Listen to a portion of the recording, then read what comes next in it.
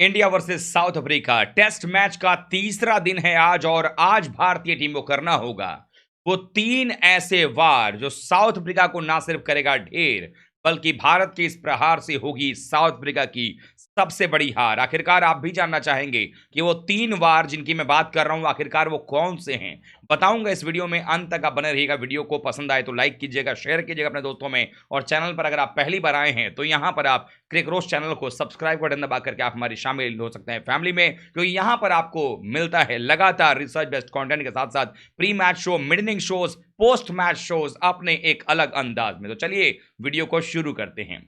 भारत और अफ्रीका के बीच में जब सीरीज की शुरुआत हो रही थी तो रोहित शर्मा ने कहा था कि ये एक बड़ी सीरीज है और इस सीरीज को जीतना हमारा सबसे बड़ा मकसद है। लेकिन जिस तरीके से शुरुआत में बल्लेबाजी की गई भारतीय कप्तान के द्वारा और भारतीय टीम के बाकी बल्लेबाजों के द्वारा, लगा बिल्कुल भी नहीं कि टीम इंडिया इसे एक आईसीसी चैंपियनशिप की तरह देख रही है, क्योंकि इसके पॉइंट्स आपको वर्ल्ड टेस्ट चैंपियनशिप के फाइनल तक पहुंचा सकते हैं, जहां पर पिछली बार दो बार हम, एक बार विराट कोहली की कप्तानी में और एक बार रोहित शर्मा की कप्तानी में गंवा चुके हैं। अब सवाल यह है कि क्या इस बार हम पहुंच भी पाएंगे या नहीं पहुंच पाएंगे। उसके लिए जवाब मिला पहले दिन। भारतीय बल्लेबाजों ने नाक कटाने में कोई कोर कसर नहीं छोड़ी। 245 रन पर भारतीय टीम अगर पहुंच पाई तो उसमें क्लासिकल केएल राहुल का कमाल लाजवाब शतक था। अगर केएल का शतक नहीं आता, मैंने कहा था केएल का शतक आने वाला है, नहीं आता अगर, तो हम 150 भी बनाना हमारे लिए मुश्किल था। 245 रन करके पहुंच गए। हालांकि ये विकेट ऐसा था जहां पर 300 तो कम से कम भारत को बनाना ही चाहिए था, लेकिन चलिए वो भी बात बीती हो गई। उसके बाद हुआ क्या ये देखें। 11 रन पर हमने पहला विकेट अफ्रीका का निकाल दिया, एडन मार्करम को आउट किया। उसके बावजूद उसके बाद हम पकड़ नहीं बना पाए। 93 रन की पार्टनरशिप हमने करवा दी पहले दूसरे विकेट के लिए। उसके बाद विकेट गिरा तो अब हम बाकी बल्लेबाजों के बीच में भागीदारी बनाते नजर आए, और एक समय ऐसा आया कि इस मुकाबले में डेब्यू करने वाले डेविड बेडिंगम के साथ में 131 रन की भागीदारी डीन एल्गर ने कर दिया। एल्गर ने भी शतक मारा, लेकिन कोई भारतीय टीम की तरफ से रणनीति समझ में ही नहीं आई कि कैसे क्या करना है। वो तो शुक्र हो कि लास्ट सेशन में जाकर के 2 विकेट मिले, और वो 2 विकेट किसको मिले, एक प्रसिद्ध कृष्णा को मिला और एक सिराज को मिला। दो दो विकेट आपके बुमराह और सिराज निकाल पाए हैं और एक प्रसिद्ध कृष्णा निकाल पाए 15 ओवर में 61 रन देकर के। लेकिन इन भाई साहब ने पहले 10 ओवर में 51 रन, ऑलरेडी 52 रन दे दिए थे। अगले 5 ओवर में भाई साहब ने जो है वो दिए हैं 9 रन के आसपास। अब आप एक बात बताइए कि जब तक इतना देर लगेगा समझ आने में, तब तक तो टीम ने, जो अगली टीम है, उसने 11 रन की लीड ले ली, 256 रन बना लिए हैं साउथ अफ्रीका ने 5 विकेट पर। अब ये है, ऊपर वाले से यही दुआ करना पड़ेगा कि आज के मुकाबले में, आज का जो दिन है, तीसरा दिन बड़ा इंपॉर्टेंट डे है, क्योंकि माना यह भी जा रहा है कि आज धूप भी हो सकती है कि आ जाए। 2 दिनों की बारिश का अनुमान था, पहले 2 दिन वो बारिश हो चुकी है, दूसरे दिन तो खैर बारिश की एक भी बूंद नहीं आई, लेकिन यही था कि वहां पर जो है वो बादल छाए रहे। लेकिन अब अगर भारत पहले घंटे में निकाल लेता है विकेट, तो भारत के पास मौका होगा एक बड़ा स्कोर बनाकर चौथी पारी में उनको आमंत्रित करना, जहां अश्विन कारगर हो सकते। कप्तानी में बहुत सारी त्रुटियां भी नजर आई। कप्तान साहब को जो है वो लंच के बाद बुमराह और सिराज अपने फ्रेश बॉलर्स के साथ जाना चाहिए था। ये भी नहीं था कि गर्मी का मौसम वहां पर है तो धूप खिली हुई थी और गेंदबाज थके हुए थे।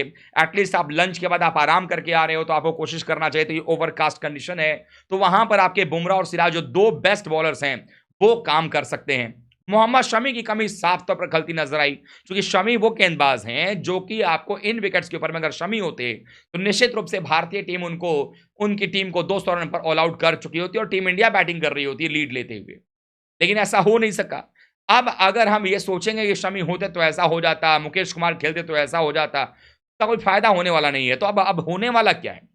होने वाला यह है कि अब भारतीय टीम को यह सोचना पड़ेगा कि हम आगे क्या करें। अब अगला कदम टीम इंडिया का क्या होना चाहिए कि हम इस मैच में कम बैक करेंगे। तो 3 ऐसे काम टीम इंडिया को करने, जिससे भारतीय टीम इस मुकाबले में न सिर्फ वापसी करेगी बल्कि उसके साथ ही साथ टीम इंडिया जो है इस मुकाबले को जीत भी सकती है। पहला काम यह होगा कि कल, मतलब आज जो 2 घंटे का सत्र है, इसमें टीम इंडिया को उनके बाकी बचे हुए 5 विकेट निकालने पड़ेंगे। एक तरफ से बुमराह और सिराज की जोड़ी को पहले 5-5 ओवर देना पड़ेगा, फिर प्रसिद्ध कृष्णा आए और एक तरफ से एक आपका मेन बॉलर लगा रहे।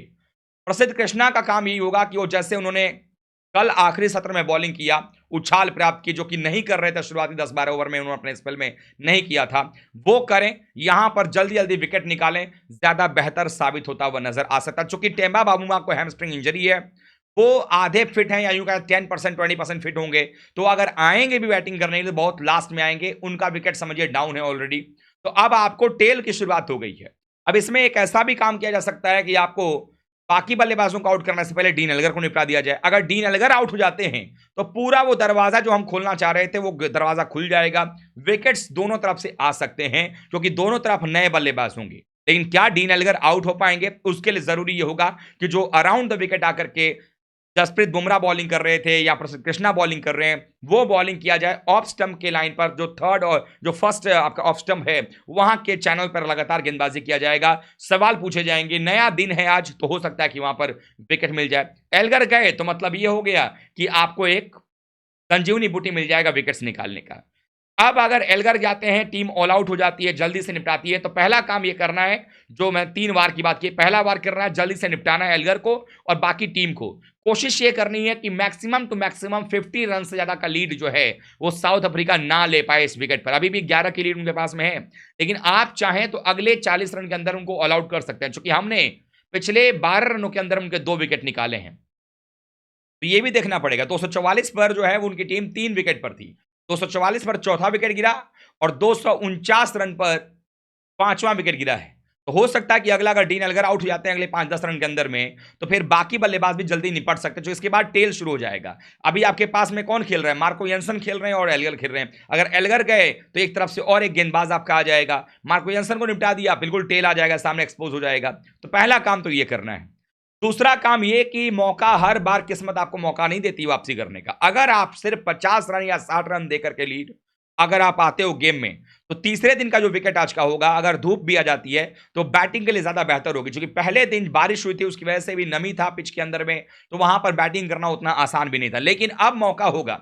यहां कप्तान रोहित शर्मा की जवाबदेही बनती है, यशस्वी जायसवाल की जवाबदेही बनती है कि जब आप अपनी दूसरी पारी की शुरुआत आज करें तो उसमें शुरू ये करें कि एक्स्ट्रा एग्रेसिव होने के बजाय संयम बरतें। पहले अपने आप को बचाना जरूरी है, फिर बच के वार करना जरूरी है। तो पहला प्रायोरिटी होगा कि आप जो लीड है उसको पाटें, अगर 50-60 की लीड है उसको खत्म करें विदाउट लॉस, और फिर आप एक बार से नए सिरे से गार्ड लें, तैयार करें अपने आप को, चलिए ठीक है अब हम पारी की शुरुआत कर रहे हैं और हमें अब लीड लेना है।